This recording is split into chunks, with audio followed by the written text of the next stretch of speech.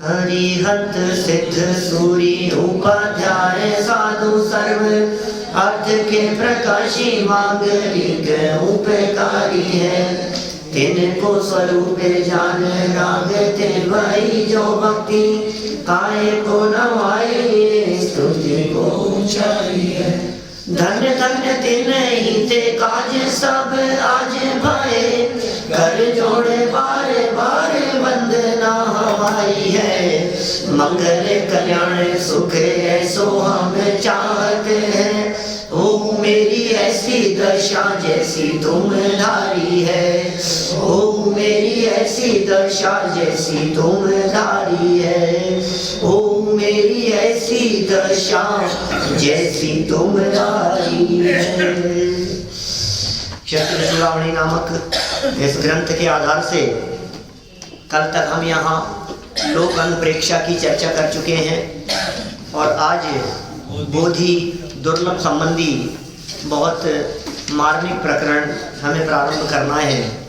चिंतन है, विचार है ज्ञानियों का। देखो भाई, जब तक किसी चीज़ को हम दुर्लभ नहीं जानते हैं तब तक उसकी सुरक्षा या उसे प्राप्त करने का भाव नहीं आता, प्रयत्न ही नहीं करता।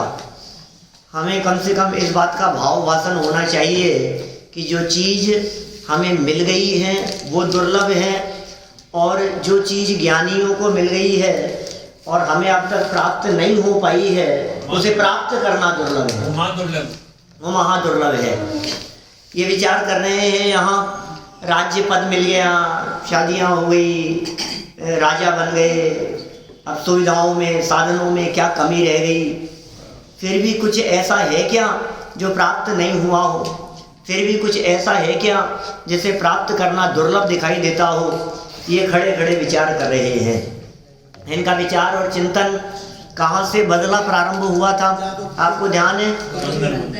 बंदर है ना, वो जब वनमाली ने उससे वो छीन लिया था कटहल का फल, तो वहाँ से इनको वैराग्य भाव जागृत हुआ और देखते देखते अनित्य आचरण आदि भावनाओं का चिंतन करने लगे। अनित्य माने क्षणभंगुर, आचरण माने कोई सहारा देने वाला नहीं है, संसार माने उसमें सुख नहीं है, एकत्व पर से एकत्वपना तोड़ने की बात, अन्यत्व उनसे भिन्नता की बात, अशुचि उन पर पदार्थों की मलिनता की बात, ये सब हो गई बाहरी भावनाएं, वैराग्य प्रेरक।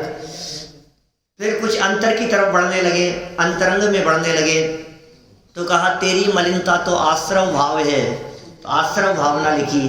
फिर उनको रोकने का उपाय तो संवर है, संवर भावना लिखी। फिर बैठे पूरब चोर निर्जरा भावना की बात कही। फिर निर्जरा भावना का चिंतन करते हुए लोक के शिखर पर जाकर के विराजमान होने की भावना, और फिर कहा कि ये भावना तो भाली है लेकिन दुर्लभ बहुत है, बोधि दुर्लभ। और इसके पश्चात फिर जो चर्चा होगी वो चर्चा होगी धर्म। देखिए 74 नंबर का ये श्लोक है, 744 नंबर पेज पर, 544 नंबर पेज पर 74 नंबर का श्लोक। बोधि दुर्लभ भावना अनुप्रेक्षा। भव्यत्वं कर्म भूजन्म मानुष्यं स्वंग वंश्यताम् दुर्लभं ते क्रमादात्मन् समवायस्तु किं पुनः। ओह, क्या कह रहे हैं भाई साहब। हे आत्मन, तेरा भव्यपना होना, भव्यपना होना और कर्म भूमि में जन्म लेना, मनुष्य पर्याय का पाना, सुंदर शरीर और अच्छे कुल में उत्पन्न होना, ये सब बातें क्रम से उत्तर उत्तर दुर्लभ है। और इन सब का एक जगह मिलने पर तो बात ही क्या कहें। लो, इनमें क्या कमी दिखाई देती है? बोलो जैन साहब, इनमें क्या कमी है जो हमारे पास में नहीं है? भव्यपना। ये भव्य होना साधारण बात नहीं है। हम भव्य, भव्य माने भव्य शब्द प्रयोग किया जाता है जो मोक्ष जाने योग्य हो, उन्हें कहते हैं भव्य। जो कभी न कभी मोक्ष जाएंगे वे भव्य कहलाते हैं, जो कभी मोक्ष नहीं जाएंगे वे अभव्य कहलाते हैं। यद्यपि किसी व्यक्ति के बारे में अभव्यपने का उल्लेख नहीं किया जा सकता, किसी के वर्तमान आचरण को, प्रवृत्ति को, लाइफ स्टाइल, जीवन को देखकर उसे अभव्य नहीं कहा जा सकता, किंतु तत्व रुचि संपन्न देखकर उसे भव्य जरूर कहा जा सकता है। ये लक्षण है।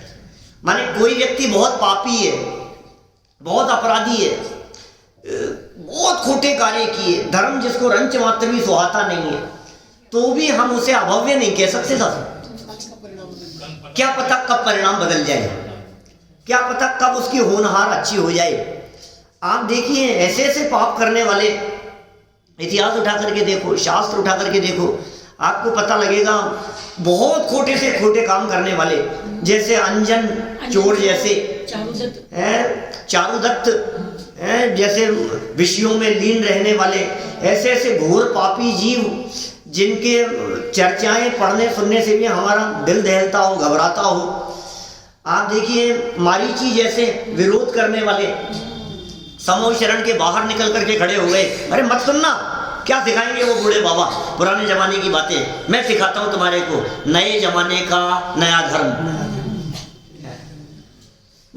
आखिर दादा और पोते में जनरेशन गैप, जितना जनरेशन गैप तो वहां भी था ना। मारीची पोता था ना उनका, तो इसका मतलब उस मारीची की तुलना में उसके दादा बूढ़े हो गए होंगे ना। बूढ़े तो नहीं कह सकते, उम्र में अधिक थे। किसने कहा, मतलब आखिर एज के हिसाब से, एज तो एज ही है, उम्र तो है ही। 83 तो खत्म हो गई थी। हाँ 83 तो खत्म हो गई थी। 83 तो खत्म हो गई थी। आखिर 84 की बात थी ना। 83 खत्म होने के बाद उन्होंने दीक्षा ली, और दीक्षा लेने के बाद 1000 वर्ष तक तपस्चरण किया ऋषभदेव स्वामी ने, और तपस्चरण के बाद उन्हें केवल ज्ञान की प्राप्ति हुई। फिर केवल ज्ञान हो जाने के बाद में फिर उनका उपदेश चलता रहा, और उस उपदेश के दौरान बीच में किसी बात को सुनकर मारीची के मन में कुछ बात आई और निकल गया बाहर। दरवाजे पे खड़ा होकर के क्या कहता है, अरे यार अंदर मत जाओ, मैं सिखाता हूँ तुम्हें धर्म क्या है। अंदर क्या करोगे जाकर के, वो क्या सुनाएंगे तुम्हारे को, बैलगाड़ी के जमाने की बातें।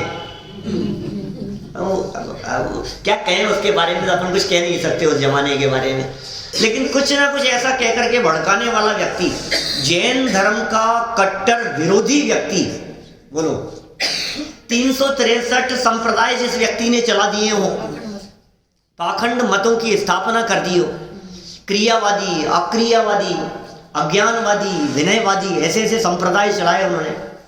180 क्रियावादियों के संप्रदाय जो आज तक चल रहे हैं, 180 संप्रदाय उसी जमाने में चला दिए, अलग अलग बातें और उसके द्वारा प्रचारित बातें। 180 संप्रदाय, मत मतांतर 180, 180 जो क्रियावादियों के हैं। 84 संप्रदाय ऐसे चले मारीची के द्वारा जो अक्रियावादियों के हैं। करो मत कुछ भी, क्रियावादियों को कहा करने से धर्म होगा, करने से मोक्ष होगा, बिना किए क्या होगा। अक्रियावादी ऐसे संप्रदाय निकल गए 84, जिसमें कहा गया कुछ भी करने की जरूरत नहीं है, क्या करने में मरे जा रहे हो, मत करो, नहीं करने से धर्म होगा, मोक्ष होगा। अक्रिया की चर्चा कर दी। फिर 32 संप्रदाय ऐसे बन गए जो विनयवादियों के हैं। तुम्हें करने नहीं करने के चक्कर में मत उलझो, तुम तो जो ज्ञानी मिले हाथ जोड़ो, बस पैर पड़ जाओ उनके, तुम्हारा उद्धार हो जाएगा। विनयवादी, विनय करो बस, सबकी विनय करो बस। ये विनयवादियों के संप्रदाय 32 संप्रदाय, और 67 संप्रदाय ऐसे खड़े हो गए जो अज्ञानवादियों के थे। अज्ञानी अच्छा है भाई साहब, अज्ञानी भला है। हमने जब ये अज्ञानवादियों के संप्रदाय के संदर्भ में पढ़ा था यूनिवर्सिटी में, तो ऐसी ऐसी बातें बतलाते थे कि नहीं पढ़ने से अच्छा रहता है, बहुत कंफ्यूजन है। More study more confusion, no study no confusion. जब तक पता नहीं लगे तब तक शांति है, पता लगते ही तकलीफ है। आपको पता नहीं है, मजे से जी रहे, आराम से चल रही है लाइफ, और जैसे ही ज्ञान हो गया तो तकलीफ है। वो कहते हैं अज्ञान अच्छा है, ये उनके संप्रदाय। ये 363 संप्रदाय मारीची ने चलाए। मैं आपसे पूछना चाहता हूँ, यदि तात्कालिक समय में कोई व्यक्ति बाहर से उसे देखता, अनजान नादान व्यक्ति उसे देखता तो क्या कहता? अभव्य है, ये ऐसे जीव कभी मोक्ष जाएंगे क्या? ऐसे जीव कभी मोक्ष नहीं जा सकते। लेकिन देखो, कौन जानता था कि वही व्यक्ति आगे चलकर तीर्थंकर भगवान महावीर बन जाएगा। उसी भाव में करेंगे, बोलो। एक ही भाव में, उसी के चलाए हुए, उसी भाव में, उसी के चलाई हुई बातें, एक एक बात जो कही ना, उस एक एक बात को पकड़ करके एक एक संप्रदाय खड़ा हो गया। जो बातें प्रचारित की ना, उनके शिष्यों में जितनी भी उसकी उम्र रही होगी, उनमें 363 अकेले उसके चलाए हुए हैं। उसी भाव में ब्राह्मण मत की स्थापना भरत जी के द्वारा की गई है, भरत चक्रवर्ती के द्वारा। खैर, देख करके ऐसा लगता है कि अभव्य होगा, लेकिन भाई अभव्य नहीं कहा जा सकता। तो भव्य कि हाँ, भव्य जरूर कह सकते हैं हम। कि कैसे? कि हमारे चरणानुयोग के ग्रंथ पद्मनंदी पंचमी शतिका में बहुत सुंदर भावपूर्ण शब्द कह दिए कि भाई तुम अपने आप को कभी अभव्य मत समझना, तुम अपने आप को कभी अपात्र मत समझना, क्योंकि ये बात सुनने के लिए तुम यहाँ आए हो। तुम निश्चित ही भव्य हो, तुम पात्र जीव हो, तुम अल्पकाल में मोक्ष जाने वाले हो, तुम भगवान महावीर स्वामी के बगल में जाकर के बैठने वाले हो, तुम्हारा सिंहासन वहां होगा, लोक के शिखर पर जाकर के विराजमान हो जाओगे, तुम सिद्धों की श्रेणी में तुम्हारा नाम आएगा, उस जगह पर तुम जाकर के विराजमान होंगे, अनंत काल तक सुख का उपभोग करोगे, अनंत अतीन्द्रिय आनंद के झरने तुम्हारे बहेंगे। ये स्थिति होगी। क्यों? कि लक्षण दिख रहे हैं, पूत के पग पालने में दिख जाते हैं। शंका नहीं करनी चाहिए, शंका नहीं करनी चाहिए, इसमें शंका की गुंजाइश नहीं है। ये बातें उन्हीं को पसंद आती है जिनकी भली होनार होती है। बड़े भाग्य से हमको मिला जिन धर्म। अब इतना ही नहीं, फिर आगे कह रहे हैं, बड़े भाग्य से हमको मिले जिन वचन। जिन धर्म तो मिल गया था, जैन कुल में पैदा हो गए थे, जिन वचन भी तो मिल गए। और फिर इसके साथ साथ में क्या लगाना? नारे कहाँ हमारी कहानी, हम तो ये कह रहे हैं बड़े भाग्य से हमारे को बन गया हमारा मन इन बातों को सुनने का। जिन धर्म भी मिल जाए, जिन वचन भी मिल जाए, लेकिन जिन वचनों को सुनने की रुचि ना मिले तो क्या होगा? बोलो, रुचि भी तो मिल गई है। तो पद्मनंदी आचार्य कहते हैं, तत्प्रति प्रीति चित्तेन येन वार्तापि ही श्रुता निश्चितम स भवेत् भव्यो भावी निर्वाण भाजनम। बिल्कुल उत्कृष्ट घोषणा है उनकी कि तत्व की चर्चा को, इस जनवाणी की बात को जिस किसी व्यक्ति ने अत्यंत प्रीति पूर्वक, उत्साह पूर्वक सुना हो, सुनता हो, समझाते ना, बहुत विशेष रुचि पूर्वक, अरे इन बातों में तो मेरा ही भला भाषित होता हुआ दिखाई देता है, इनको क्या मिलेगा? अरे नहीं, हम जाएंगे तो देखना थोड़ा उनको अच्छा लगेगा। अरे मुझे अच्छा लगेगा कि नहीं? नहीं, थोड़ा सा सब लोगों के बीच में अच्छा रहता है। थोड़ा मंदिर दूर है ना, थोड़ा पैदल चलते हैं तो थोड़ा सा वॉकिंग हो जाती है, थोड़ा सा अच्छा रहता है। अरे भाई सुन, किसी और का भला नहीं है, देह का भला नहीं है, देह परद्रव्य है। इन बातों को सुनने और समझने से तो मेरा ही हित भाषित होता हुआ नजर आता है।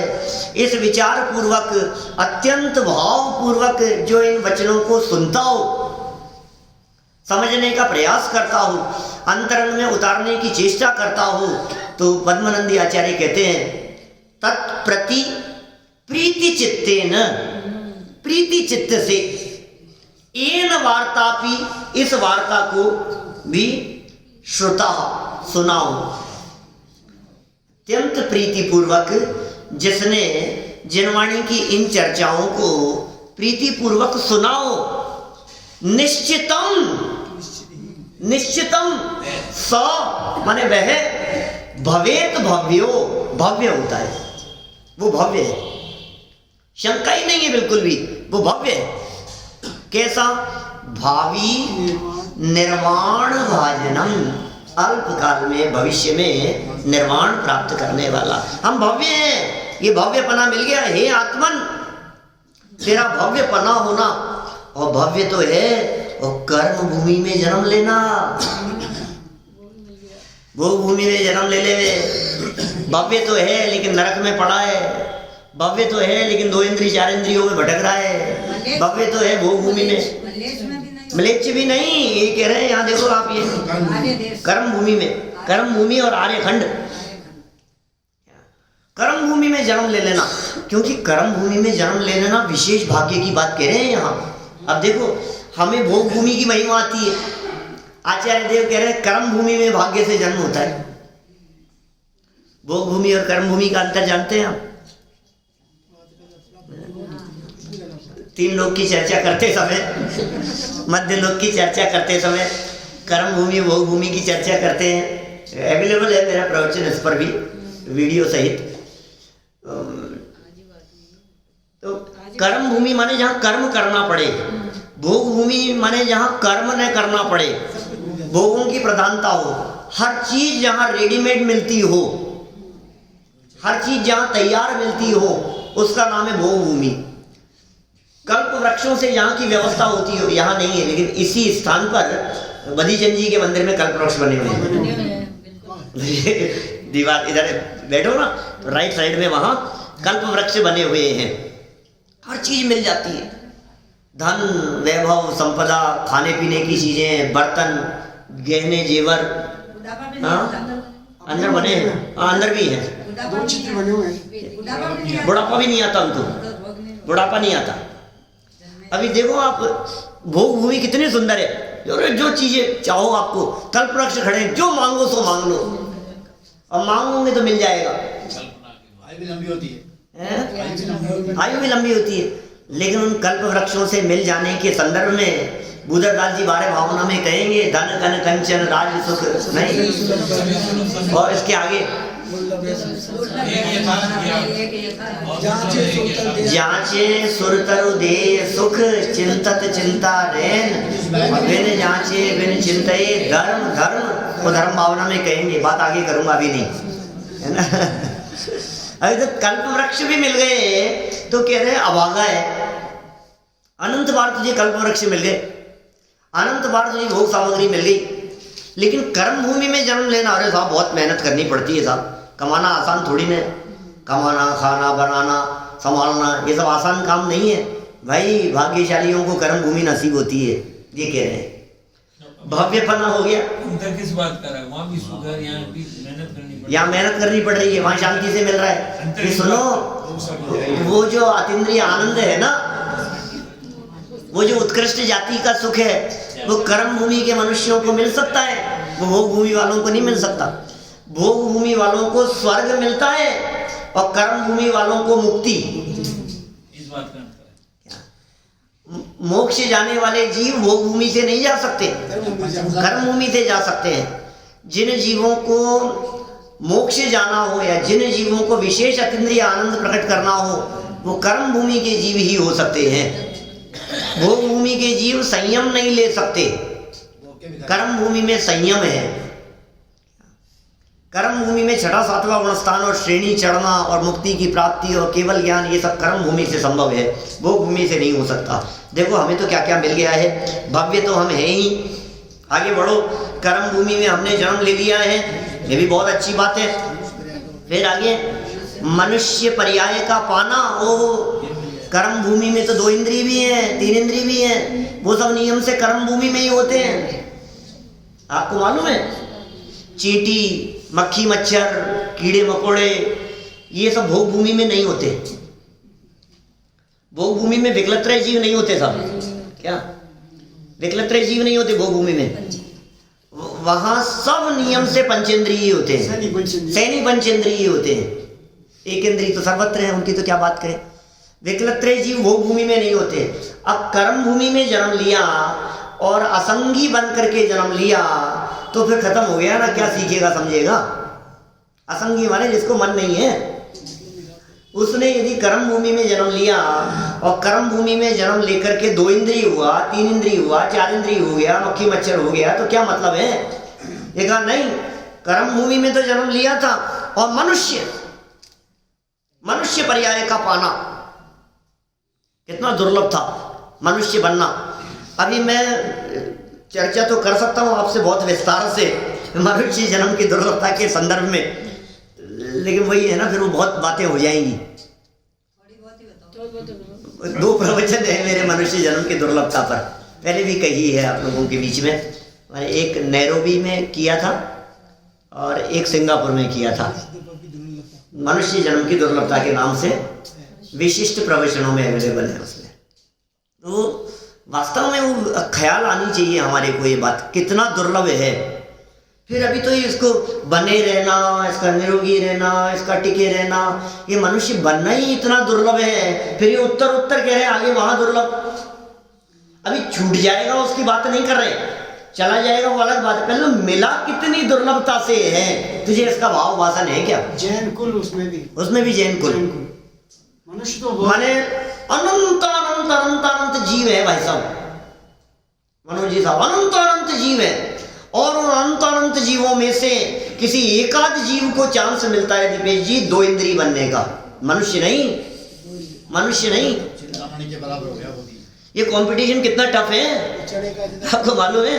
यहाँ तो हमारे को ऐसे कंपटीशन, अरे नहीं बहुत कठिन है भाई साहब, 1200-1300 लोग हैं और एक का सिलेक्शन होना है, अपन कहाँ लाइन में लग रहे हैं यार, चांस बहुत मुश्किल है।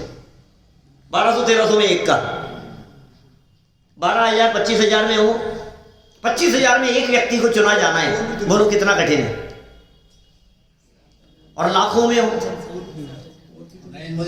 में हो तो हम क्या कर, अरे आपको पता है हमारा बेटा लाखों में एक है, नरेंद्र मोदी से भारी है, करोड़ों में एक है हमारा नरेंद्र मोदी प्रधानमंत्री जी, क्या करोड़ों में एक है ना। हिंदुस्तान की पॉपुलेशन 125 करोड़, अब 125 करोड़ में एक ही है ना प्रधानमंत्री, तो कितना भाग्यशाली है देश का प्रधानमंत्री। अरे चक्रवर्ती अपने आप को अभागा कह रहा है, 6 खंड की विभूति का स्वामी, 6 खंड को जीत लेने के बाद वो कह रहा है मैं अभागा हूं। अभी कहां कहां हमारे को भाग्य दिखाई देता है। सुनो भाई, हम ये कह रहे हैं लाख 10 लाख करोड़ 10 करोड़ अरब 10 खरब की बात नहीं है, इतनों में कोई पद एक मिलना हो तो भी बहुत आसान है। यहां 2 इंद्रिय पर्याय की प्राप्ति करना अनंत में से एक था, अनंत में से एक, लट बनना। वो जो आपके निकलती है ना, मटर चल रहे हैं आजकल, मटर में निकलती है, और फल सब्जियों में यहाँ जो दिखती हैं, चावलों में हो गई, ऐसे जो लटें हो जाती है, कुछ ऐसे जीव पड़ जाते हैं। उस 2 इंद्रिय अवस्था का प्राप्त करना अनंत में से एक की किस्मत में होता है। चिंतामणि रत्न कहा उसको, चिंतामणि रत्न जैसा कहा है उसको। फिर 2 इंद्रिय से 3 इंद्रिय, फिर 3 इंद्रिय से 4 इंद्रिय, फिर 4 इंद्रिय से पंचेंद्रिय। ओहो, उस पंचेंद्रिय में भी तिर्यंच नहीं, नारकी नहीं, देव नहीं, देवों में भी मनुष्य, देव छोड़ करके मनुष्य, असंख्यात भाव। अभी तक तो अनंत में एक चल रहा था, अब कह रहे हैं असंख्यात बार ये जीव देव पर्याय की प्राप्ति करे तो एक भाव मनुष्य का मिलता है। असंख्यात बार देव बन जाए तो ये कहेंगे आगे, जब देव की चर्चा करेंगे ना, देवता भी जिस तरसते हैं इसके लिए, आगे मेरे को शब्द दिख रहे हैं कुछ, वहां उस देवताओं की चर्चा करूंगा। अब ये मनुष्य जन्म मिल गया, अब इस मनुष्य जन्म में जैन कुल, बोलो कितना दुर्लभ है ये जैन कुल की प्राप्ति। और फिर अब इसमें भी और आगे बढ़ो, पहले तो जैन कितने दिखते हैं, हिंदुस्तान में कितने मनुष्य हैं, इस दुनिया में कितने मनुष्य और उनमें जैन कितने, गिनती के हैं जैन। अच्छा, इतने अभी रोड पर जाकर के देखो, तुम किसी चौराहे पर चले जाओ, किसी रेलवे स्टेशन पे चले जाओ, आज यदि 1.5 महीने बाद का ट्रेन का टिकट लेना हो ना, पूरी ट्रेन फुल दिखती है, वेटिंग में मिलता है टिकट। ये हालत है 1.5 महीने बाद, 2 महीने बाद, इतनी ट्रेनों की हालत है। हजारों ट्रेनें चल रही है और कोई ट्रेन में टिकट खाली नहीं है, सब फुल है। किसी चौराहे पर चले जाओ आप, भीड़ मची, इतने पब्लिक दिखाई दे रही है। ये सब मनुष्य गति की है ना। अब उन सब मनुष्यों को कभी कभी मैं रेड लाइट पे खड़ा होता हूँ तो मैं देखता हूँ ये मनुष्य और एक अपन मनुष्य है, कितना फर्क है बोलो। इन्होंने कभी आत्मा शब्द नहीं सुना होगा, इन्होंने कभी भगवान बन सकता हूँ ये बात कभी नसीब में है क्या इनके सुनने को कि मैं भगवान बन सकता हूँ? 90% जैनियों ने नहीं सुनी होगी ये बात। 90% जैनियों ने नहीं सुनी, 99% जैनियों ने नहीं सुनी ये बात भगवान बन कि भाई ये कितना दुर्लभ है ये जीवन। सब्जी बेच रहा है, चिल्ला रहा है, 2 पैसे कमा लिया, ये कर लिया, भागम भाग में लगा हुआ है, उसी में जीवन बस पूरा हो गया। ये समझ लिया बहुत काम कर लिया हमने, तो इससे ज्यादा क्या करेंगे हम? हमें तो ऐसे ही चलता है, जन्म मरण की बातें सब करते हैं, लेकिन कितना दुर्लभ है ये। दुर्लभता की बात भी लोग कर ले हुए, लेकिन दुर्लभता जान करके तूने सदुपयोग करने के लिए प्रयास क्या किया ये बता। अब जैन हो गए, जैनों में भी फिर मंदिर आने वाले, रात्रि भोजन का त्याग करने वाले, पूजन प्रक्षाल करने वाले, स्वाध्याय सुनने वाले, रुचि पूर्वक सुनने वाले। आपको पता है आप कहाँ आकर के बैठ गए हो? टोडरमल जी का मंदिर ये यहाँ आकर के बैठना ये बड़े भाग्य से होता है, इन संयोगों में नहीं आता है कोई व्यक्ति। ये संयोग मिलना इतना दुर्लभ है, ये साथ मिलना इतना दुर्लभ है। माने ये जो समागम मिल गया है तत्व रसिक जीवों का, ये समागम ही अपने आप में बहुत दुर्लभ है, मिलता ही नहीं है ऐसा समागम। माने हम सोच नहीं सकते अपने भाग्य के बारे में, हम कितने भाग्यशाली हैं। बहुमूल्य हीरे एक जगह इकट्ठे हुए। हाँ, बहुमूल्य हीरे, सच में होता भी ऐसा ही है। जिस ऐसा नहीं होता कि जमीन के अंदर खुदाई करो तो एक हीरा मिल गया, वो मिलते हैं ना, तो फिर वो खान मिलती है, फिर वो एक साथ ही वो सब एकत्रित होकर के एक जगह पर मिलते हैं। ऐसा ही है स्वरूप। कौन गाड़े, क्या बात कर रहे हो आप? गाड़ने वाले तो गाड़े ही है। तो भाग्य से सहज ही एकत्रित हो जाते हैं। समान रुचि वाले जीव अपने आप एक जगह पर आकर के एकत्रित हो जाते हैं। ये तो कई बार उदाहरण देते हैं क्लास का, स्कूल का, कॉलेज का, अपने आप ही एक जैसी रुचि वाले कहते हैं ना हमारी इनसे बनती नहीं है कि भाई साहब सुनो जैसों को जैसे ही मिलते हैं एक आ जाता है ना ऐसा, तो सब समान रुचि वाले एक जगह पर आकर के एकत्रित हो जाते हैं। ऐसा ही स्वरूप है, ऐसा ही देखा जाता है। ऐसा कहते हैं। चलिए फिर क्या कह रहे हैं? कुएं की मिट्टी कुएं में। अब ये मिल गया यहाँ पर, ये सब अब इनमें भी सुंदर शरीर, लो मनुष्य पर्याय तो मिल गई थी, कुल तो मिल गया था, लेकिन जैन कुल में पैदा हो गया, गर्भ में मर गया। अब शरीर तो मिला लेकिन एक हाथ कम मिला। बोलो, ये अपने विराग जी निकालते हैं ना, चहकती चेतना आती है आप लोगों में? किसी के क्या आती है? बच्चों के लिए आती है एक मैगजीन, हर 3 महीने में निकलती है, चहकती चेतना के नाम से, छोटे बच्चों के लिए आती है, लेकिन बड़ों के लिए भी बहुत सुंदर है, उपयोगी है। वो उसमें लास्ट में वो फोटो देते हैं, उसमें देखते हैं कर्मों का खेल, कर्म की रेखा मिटे नहीं, ऐसा क्या वाक्य है वो, बहुत सुंदर वाक्य, बहुत सुंदर है, लेकिन दृश्य इतने बदसूरत है कि देखते डर लगे। क्या? कर्म की रेखा टारे नहीं टरे, टलती नहीं है वो स्थिति। उन दृश्यों को देखो, दिल दहलाने वाले दृश्य, मनुष्य गति के जीवों के, मनुष्य गति के जीवों के दृश्य, ऐसे दृश्य जिन्हें देख करके घबराहट हुए, ऐसा ऐसा शरीर प्राप्त हो जाता है। किसी का कान ऐसा लटका हुआ, किसी का मुंह ऐसा बिगड़ा हुआ, किसी का कुछ, किसी के हाथ नहीं है, किसी के, अभी तो एक फोटो है जिसमें 6 हाथ एक बच्चे के। बोलो कैसा कैसा शरीर होगा उनका। किसी के पाँव नहीं है, किसी के हाथ नहीं है, किसी के आंखों से दिखाई नहीं देता है, कोई जन्म से बहरे हैं, कोई बोल नहीं सकते हैं, गूंगे हैं, किसी के हाथ दोनों चिपके हुए हैं, किसी के एक ही हाथ है, किसी मतलब कैसे ऐसे विकृत स्वरूप, तो पाप कर्म की वजह से। हम लोगों की तो नहीं है ना ऐसी स्थिति, सब मनुष्य है, वो सब मनुष्य है। 2 जीव एक साथ जुड़े हुए। दरिद्रता देखो तो आप कल्पना नहीं कर सकते हो, क्या क्या नहीं कराते हैं पाप कर्म का उदय, ये क्या क्या खेल नहीं खिलाता है। हमें बड़े भाग्य से ये सुंदर शरीर मिल गया है, 5 इंद्रियां स्वस्थ मिल गई हैं, आंखों से दिखाई देता है, कान से सुनाई देता है, हाथ पांव बराबर चल रहे हैं, शरीर बराबर काम कर रहा है, उठने बैठने चलने की स्थिति बराबर अच्छी दिखाई देती है। अत्यंत सुंदर शरीर, देख करके अपने को ही लगता है मैं कितना सुंदर हूँ, तो भाई लेकिन ज़्यादा दिन तक नहीं चलेगी तेरी ये सुंदरता। क्या क्या करे, ये देखो सुंदर शरीर और अच्छे कुल में उत्पन्न होना, सुंदर शरीर के साथ साथ में कुल अच्छा, इनमें जैन कुल में उत्पन्न होना, ये सब बातें जितनी बातें कही है क्रम से उत्तरोत्तर दुर्लभ है, एक के बाद एक के बाद एक, ये सब दुर्लभ है। और इन सब का एक जगह मिलने पर तो बात ही क्या कहें, बोलो। सुंदर शरीर हो लेकिन जैन कुल नहीं हो, सुंदर शरीर और जैन कुल हो तो मतलब मनुष्य पर्याय नहीं हो, या मनुष्य पर्याय हो तो ये नहीं हो, तो इन सब चीज़ों का एक साथ मिलना, और ये मिले और कर्म भूमि ना मिले, और ये सब भी हो और भव्य नहीं हो, ये सारी बातें एक ही जगह पर आकर के मिल जाना, तो इन सब की क्या बात कहें भाई, ये तो महान दुर्लभ है।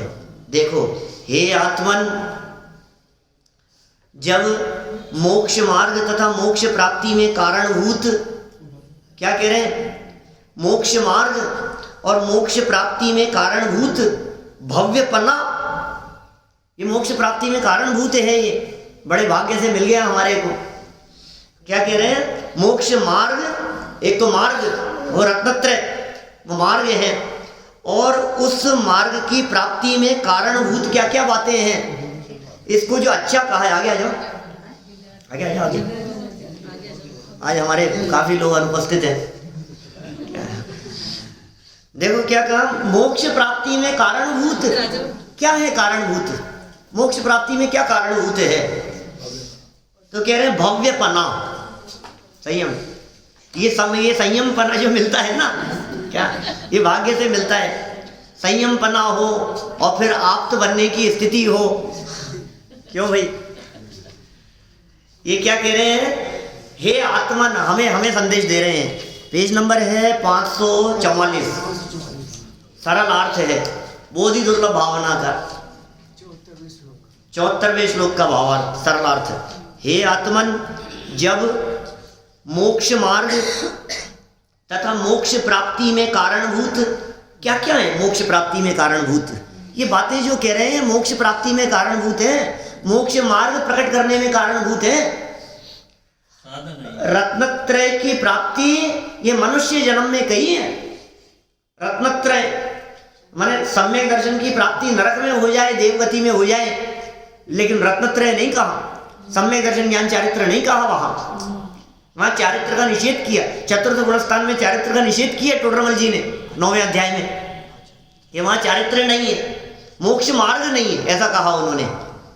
मोक्ष मार्ग क्यों नहीं है, ये सब प्रकट तो हो गया है, लेकिन मार्ग नहीं है, मोक्ष मार्ग ही नहीं है, अभी कदम नहीं बढ़े, अभी दिशा बदली है, सिर्फ कदम नहीं बढ़े हैं अभी। लेकिन कर्म भूमि का मनुष्य ये यहाँ आगे बढ़ सकता है, ये मोक्ष मार्ग प्रकट कर सकता है, इसे मोक्ष की प्राप्ति हो सकती है। देवगति के जीवों को ये फैसिलिटी नहीं है, वो जीव कितना भी प्रयास करे वो मोक्ष मार्ग में कदम आगे नहीं बढ़ा सकता, वो भूमि जीवों को भी नहीं है। इसलिए पहली बात तो कहीं भव्यपना होना, बिना भव्यपने के तो होगा नहीं। ये तो इन्होंने यहाँ 4 पॉइंट दी, 5 पॉइंट दिए हैं, 11 पॉइंट है प्रथमोपशम सम्यक्त्व के संदर्भ में। प्रथमोपशम सम्यक्त्व की पात्रता के बारे में 11 बिंदु दिए, मेरे पंचलब्धि वाले जो प्रोफेशन है ना मेरे, उसमें 11 पॉइंट बतला करके उसकी चर्चा की है कि भाई देखो ये चीजें चाहिए तब जाकर के तुम्हारा मोक्ष मार्ग प्रकट हो पाएगा, प्रथमोपशम सम्यक्त्व प्रकट हो पाएगा।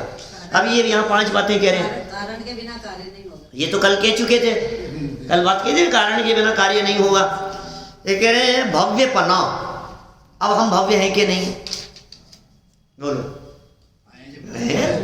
भव्य ही हैं हम, कोई शंका की गुंजाइश ही नहीं है इसमें भव्य पने में।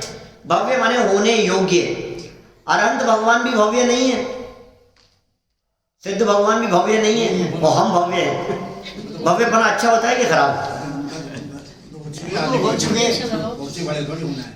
हो चुके औपशमिक आदि भव्यत्व नाम से जो सूत्र दिया है। फिर कर्म भूमि में जन्म लेना, हमें तो ऐसे लगता है कितनी मेहनत करनी पड़ रही है, कितना काम करना पड़ रहा है, सब बहुत मुश्किल है, लेकिन भाई ये कर्म भूमि में जन्म लेकर के ही जीव मुनि बन सकता है। कर्म भूमि का जीव ही श्रेणी चढ़ सकता है। कर्म भूमि के जीवों में ही संयम होता है। कर्म भूमि के जीवों को ही मुक्ति की प्राप्ति होती है। कर्म भूमि में जन्म ले लिया हमने, फिर कह रहे हैं मनुष्य पर्याय। अब कर्म भूमि में तो त्रियंच भी है, कर्म भूमि में तो हाथी घोड़े कुत्ता बिल्ली भी है। वो हो गया तो मुक्ति थोड़ी ना मिल जाएगी तुझे, मनुष्य भी हो गए। और निरोगी शरीर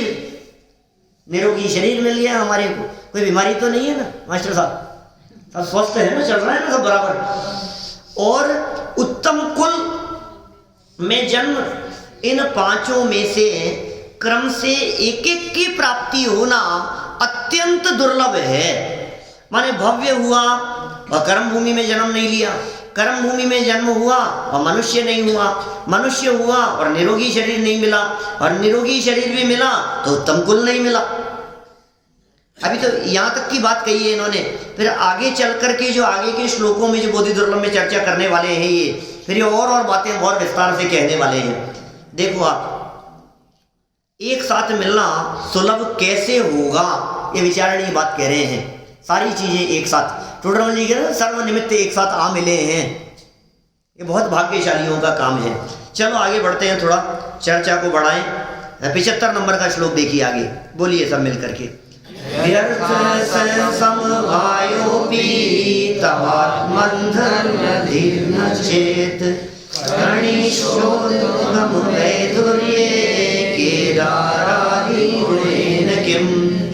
हे आत्मन, अब भी यदि तेरी धर्म में बुद्धि नहीं हुई तो पूर्वोक्त सब बातों का मिलना भी निष्फल है। अब बोलो, सारी बातें मिल गई तुम्हारे को, सारी सुविधाएं मिल गई, सब तरह की सुविधाएं थी घर में, लेकिन तुमने उनका उपयोग नहीं किया, तो फिर क्या मतलब उसको मिलने से? बहुत पैसा था लेकिन फिर भी तू भिखारी बन करके भीख मांग रहा है, अब क्या मतलब है तेरे को वो पैसा मिलने से? खूब सामग्री मिल गई और फिर भी भूख से मर जाए, घर में अनाज के ढेर हो, खूब अन्न हो और मालूम चला कि ये व्यक्ति भूखा मर गया। अब ये ऐसा लगता है ये हुआ कैसे? ये आखिर इसके पीछे कारण क्या है कि शायद ये समझ नहीं पाया कि ये खाने योग्य चीज है। यही कारण रहा ना, इसको समझ में नहीं आया। पानी बहुत था और प्यासा मर गया, पानी के बीच रह करके प्यासा मर गया। पानी में मीन प्यासी, मैं सुन आवत हंसी, पानी में रहते हुए भी प्यासी, ये ऐसी दशा नहीं दिखाई दे रही है। अब क्या कमी है, मतलब क्या चीज चाहिए आपको? अब कौन सी बात ऐसी है जो आपको सुनना बाकी रह गया है? कौन सी चर्चा ऐसी है जो आपके लिए नई होगी? पिछले वर्षों में आपने ऐसी कौन सी बात है जो नई सुनी है कि नई सुनाओ? नहीं सुनी ऐसा कोई नहीं है कि नहीं कोई नई बात बतलाओ, नई बात बता। ये क्या बतलाए तुम्हारे को? नहीं, कुछ ऐसी बात बतला दो जिससे सम्यक दर्शन हो जाए, कुछ ऐसी बात बतला दो जिससे मोक्ष मार्ग जीवन में प्रकट हो जाए। ये आत्मा को ये तो पता है हमारे को, कोई नई बात बतलाओ। आत्मा को जानना पहचानना, ये कह रहे हैं भाई साहब अत्यंत अत्यंत दुर्लभ। ये सब मिल जाने के बाद तूने अपने आत्मा को नहीं जाना। रुचि भी थी लेकिन उसको जानने का पुरुषार्थ नहीं किया। तत्व समझने का पुरुषार्थ तो किया, जनवाणी समझने का पुरुषार्थ तो किया, विषय समझने का पुरुषार्थ तो किया।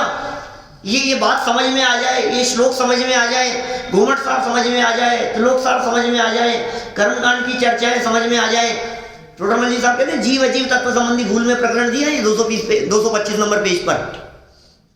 मोक्ष मार्ग प्रकाशक 225 नंबर पेज पर कहा उन्होंने कि वो गुणस्थान मार्गणाधिक और त्रिलोकाधिक के विषय को जानने में तो अपने उपयोग और बुद्धि को लगाता है, लेकिन वेद विज्ञान और वीतराग दशा होने के कारणभूत अध्यात्म शास्त्रों का अभ्यास नहीं करता, उन्हें नहीं पहचानता, उन्हें नहीं पढ़ता। ये नहीं साहब हम लोग वो थोड़ी ना है, हम तो अध्यात्म की रुचि वाले हैं, है ना। हमारी तो अध्यात्म की रुचि है कि भाई आत्मा को जाना कि नहीं जाना ये बतला, आत्मा मिला के नहीं तुझे कि साहब मैं आत्मा, ये श्रद्धा हुई कि नहीं? पूरी श्रद्धा है हमारे को कि इस श्रद्धा से काम नहीं चलेगा, ये सब विकल्पात्मक श्रद्धा है। निर्विकल्प अनुभूति हुई कि नहीं हुई? अनंत बार चलेगी। इसी दुर्लभता के संदर्भ में दौलत राम जी कहते हैं ना, अनंत बार ग्रह को उपजायो, पे निज आत्मज्ञान बिना, ये तो चौथी ढाल में कही है। वो बहुत ही दुर्लभ भावना में कहा है, अंतिम गृह विकलों की हद पायो अनंत विरया पद, पर सम्यक ज्ञान न लाधो दुर्लभ निज में मुनि साधो। मुनिराज साधना करते हैं निज में, वो अत्यंत दुर्लभ है, तूने नहीं किया भाई। हे आत्मन, अब भी चेत जा, तो चेत जा। तुझे दिखता नहीं है उनका मनुष्य जीवन पूरा हो गया, तुझे दिखता नहीं है उनके प्राण चले गए, तुझे दिखता नहीं है कल वो स्विच लगा रहे थे और करंट आ गया, जल करके खत्म हो गए, तुझे दिखता नहीं है वो रोड क्रॉस कर रहे थे और गाड़ी ने उड़ा दिया। ये बातें तुझे दिखती नहीं है। अब किसका इंतजार कर रहा है? अब इंतजार किसका है ये बता भाई। आज मानो चाहे कल मानो, मानना तो पड़ेगा, स्वीकार तो यही करना पड़ेगा। आज यदि स्वीकार करे चाहे अनंत काल बाद स्वीकार करे, इसके अलावा दूसरी कोई बात है ही नहीं। एक होए तृण काल मां, एक ही मार्ग है ना। जब मार्ग यही है तो आज मानो नहीं, थोड़े समय रुक तो जाओ, थोड़ा सा देखो। अभी भाई सुन, ये जो ग्रंथ है ना, ये 50 रुपए का मिल रहा है कि नहीं, 2 दिन इंतजार करो, हो सकता है कोई छूट हो जाए, 50 की जगह 30 का मिलने लग जाए। तो तेरा इंतजार करना तब तो सार्थक है जब छूट की संभावना हो। जब छूट की कहीं गुंजाइश ही नहीं है, कहीं अरे ये इतना शॉर्टकट है कि तुझे उपवास करने की जरूरत नहीं है। इतना शॉर्टकट बतला दिया है कि तुझे व्रताधिक अन्य अन्य क्रियाकांड अपनाने की जरूरत नहीं है। इतना शॉर्टकट बतला दिया है कि तुझे बहुत शास्त्रों के अभ्यास करने की जरूरत नहीं है। सिर्फ तत्व विचार, जो 260 पेज पर जो कह दी पंडित जी साहब ने, देखो तत्व विचार की महिमा। ये जो बात कह दी है, तत्व विचार की महिमा कह दी, फिर आगे उसके वाक्य बढ़ा करके कह दिए तत्व निर्णय की बात कह दी। तत्व विचार की महिमा कही ना, देखो तत्व विचार की महिमा। तत्व विचार से रहित देवादिक की प्रतीति करे, व्रतादिक पाले, तपश्चरणादिक करे, बहुत शास्त्रों का अभ्यास करे, वो तो सम्यक प्राप्ति का अधिकार नहीं है।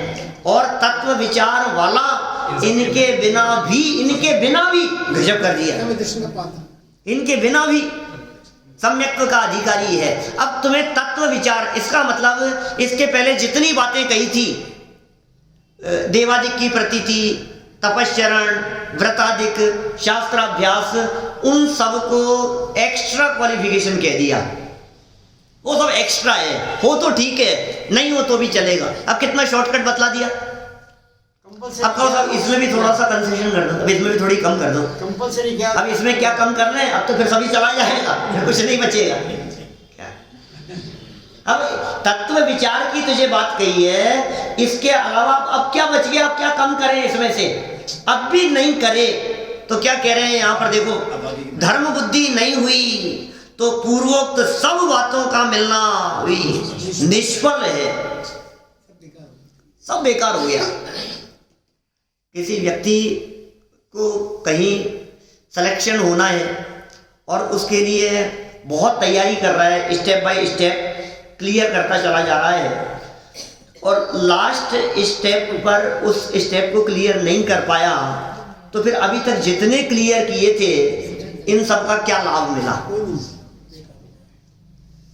एक व्यक्ति ने कहीं डूब रहा था और तैरते तैरते इतना पुरुषार्थ, इतनी मेहनत की कि बिल्कुल किनारे के नजदीक तक 1 इंच पहले आकर के डूब गया। तो बोले जितनी मेहनत की थी उसका क्या हुआ? वो किसी काम की नहीं। अब क्या काम आएगी? वो प्रयोजनभूत काम नहीं हुआ ना। जो करने योग्य काम था वो काम नहीं हुआ, तो उससे पहले तक जितने भी काम किए गए हैं वो सारी मेहनत बेकार हो जाएगी। किसी व्यक्ति को पास होने के लिए, सिलेक्शन होने के लिए मान लीजिए 80% नंबर चाहिए, अब 79.9 भी आ गए, उन्हीं के साथ में है जिसके 10% आए हैं। कोई फर्क नहीं है कि क्या बात कर रहे हो साहब, कुछ तो फर्क करो। कि क्या फर्क करें? कार्य सिद्धि के लिए, कार्य सिद्धि न होने में दोनों एक समान है।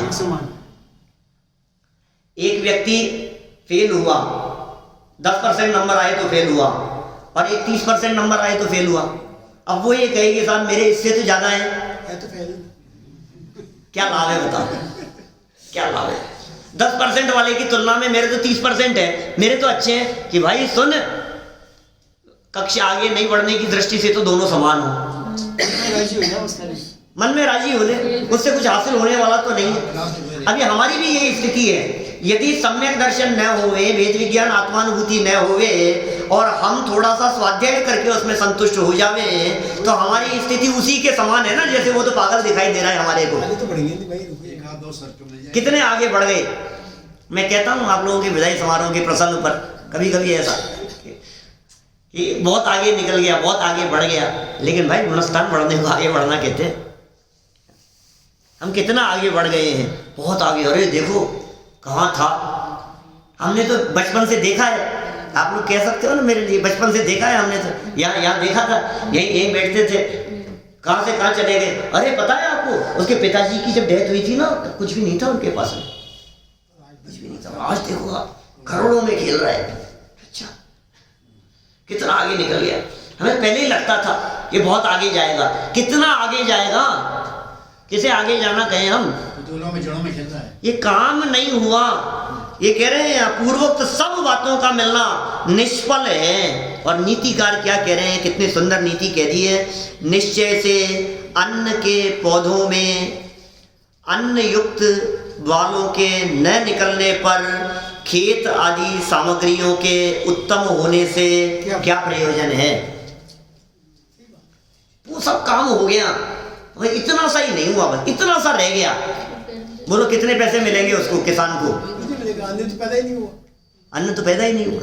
नहीं, बाकी तो सारा काम किया ही है ना, आखिर बाकी तो सब चीजें हुई है ना, उगा भी है, सब कुछ हुआ है, मेहनत भी की थी, परिश्रम भी किया था। अब वो जो उग करके तैयार हुआ है, लेकिन क्या अनाज नहीं निकला उसमें, धान्य नहीं निकला, अब उससे क्या लाभ मिलने वाला है? बोले कोई प्रयोजन नहीं है। हे आत्मन, कदाचित भव्यत्वादि दुर्लभ पांचों की एक साथ प्राप्ति भी हो जाए, परंतु यदि तुम्हारी यथार्थ धर्म में रुचि नहीं है तो उन पांचों का एक साथ पाना भी व्यर्थ है। रुचि, अभी तो रुचि की बात कर रहे हैं, ये आगे चल करके आत्मानुभव तक ले जाएंगे, पहुंचना तो वहीं तक है, दुर्लभता तो वहीं तक बतलानी है। अपूर्वकरण, अनिवृत्तिकरण रूप परिणाम, रत्नत्रय, ये जो 78 नंबर का श्लोक है ना, इसकी चर्चा करेंगे कल। देखो क्या कह रहे हैं यहाँ, तुम्हारी यथार्थ धर्म में रुचि नहीं है। ये यथार्थ धर्म बहुत मार्मिक शब्द दे दिया इन्होंने यहाँ। यथार्थ धर्म में रुचि नहीं है, इसका मतलब धर्म में रुचि वाले भी लोग बहुत है सारे दुनिया भर में। अरे साहब इनकी तो बहुत धर्म में रुचि है। ये कैसे धर्म में रुचि है कि हर शुक्रवार को व्रत करता है, हर रविवार को व्रत करता है, इसके धर्म में बहुत रुचि है। इसकी धर्म में इतनी रुचि है कि रोजाना सूर्य को जब तक जल नहीं चढ़ाता है तब तक तो इसकी दिनचर्या शुरू नहीं होती है। इसकी धर्म में बहुत रुचि है, रोजाना कबूतरों को ज्वार डालता है, बहुत धर्मात्मा है, तुम्हें पता नहीं है। ये तो बाहर ही बात कह दी। अब थोड़ा ये बहुत धर्मात्मा है, रोजाना जाकर के कम से कम 8-9 पूजा जब तक नहीं करे ना तब तक तो ये काम नहीं करते आगे। रोजाना का नियम है इनका, 8 पूजा कम से कम रोज करते हैं। बहुत धर्मात्मा है, रोजाना माला फेरते हैं, बहुत धर्मात्मा है। इतने धर्मात्मा है कि साल में 3 महीना तो इनका तीर्थ क्षेत्रों पर बीतता है। इतने धर्मात्मा है, आप कहाँ बराबरी करोगे इनकी। इतने धर्मात्मा है, इतने उपवास करते हैं। आपको पता है कितने धर्मात्मा है? क्यों साहब, आपके भाई भी बहुत धर्मात्मा है ना?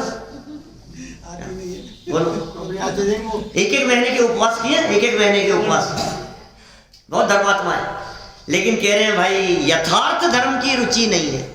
बोलो, प्रयोजनभूत बात की रुचि नहीं है तो क्या धर्म पना, वो है ही नहीं, उसे धर्म कहते ही नहीं है। यदि रुचि नहीं है तो पांचों का एक साथ पाना भी व्यर्थ है, बेकार हो गया सब। खूब किया सब बेकार हो गया। बहुत मेहनत की तुमने, पूरी रसोई जमाई, सब कुछ किया, और फिर क्या हुआ कि सब बन करके तैयार हो गया, लेकिन लास्ट में क्या हुआ कि वो थोड़ा सा ज्यादा हो गया तो वो सब जल गया। कहते हैं ना उसमें लग गई थोड़ी सी। खाने वाले नहीं है हमारे। खीर बहुत अच्छी बनी, अच्छी मेहनत की, लेकिन वो कढ़ाई के लग गई। अब क्या करो बोलो, सब खत्म हो गया। खाने वाले नहीं पहुंचा। जैसे खेत वगैरह अच्छे भी रहे पर उनमें बीज बोने पर अनाज की उत्पत्ति ना हो तो वो बीज भी बेकार चला गया, तो उसकी उनकी अच्छाई से भी क्या लाभ है, माने सब बेकार होने वाला है। ये नीचे जो उदाहरण दिए हैं, यहाँ जो उदाहरण दिए हैं, ये ऐसे ऐसे उदाहरण दिए हैं जो दिल दहलाने वाले दिखते हैं, ऐसा लगता है प्रेरणा देने वाले दिखते हैं कि अत्यंत भाई तू लग जा, अब तो ये जीवन बीता जा रहा है, सब चीज़ें मिल गई तुझे लेकिन प्रयोजनभूत काम नहीं हुआ। दादा की वो पंक्तियां है ना, इंद्रियों के भोग एवं भोगने की भावना है सुलभ दुर्लभ नहीं है इन सभी का पावना, है महादुर्लभ आत्मा को जानना पहचानना, है महादुर्लभ आत्मा की साधना आराधना। महान दुर्लभ है, दुर्लभता से मिल गई है, कीमत समझ लेना इसकी और समय व्यर्थ नहीं खोवे, क्योंकि बीता कल नहीं और कल का कोई भरोसा नहीं है। जो काम करने योग्य है वो काम आज ही हमारे को कर लेना चाहिए। हम सभी अपनी दुर्लभता को जानकर प्रयोजनभूत कार्य को शीघ्रातिशीघ्र करें, इसी भावना से बात को यहीं विराम देता हूँ।